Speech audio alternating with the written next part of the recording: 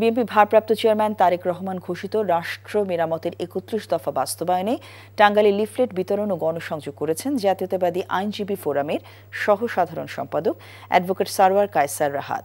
জাতীয় সংসদ নির্বাচনে টাঙ্গাইলের নাগরপুর দেলদুয়ার সংসদীয় আসনে বিএনপির মনোনয়ন প্রত্যাশী অ্যাডভোকেট সারওয়ার কায়সার দিনভর সেখানে হিঙ্গানগর, এলাসিন, পুটিয়াজানি, মামুদনগর সহ বিভিন্ন ইউনিয়নের সাধারণ মানুষ সহ বিভিন্ন শ্রেণী পেশার মানুষের মাঝে লিফলেট বিতরণ করেন। এ সময় দলের বিভিন্ন পর্যায়ের নেতাকর্মীরা উপস্থিত ছিলেন। বান্ডেল থাকলে প্রতি সেনমানিতে টাকা বাঁচবে।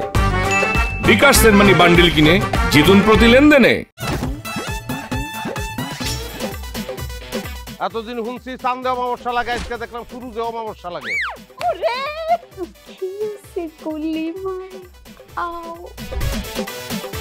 আপনার নামটা? আমার নাম লাবণ্য। এটা ধরেন।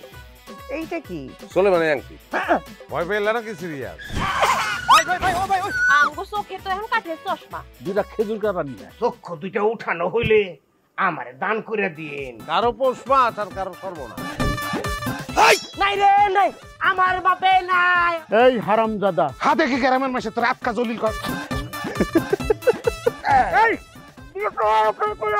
আমার ঘরে তিনটা বউ এতিম হয়ে যেত। বস্তালা আবার ঢুকা। এই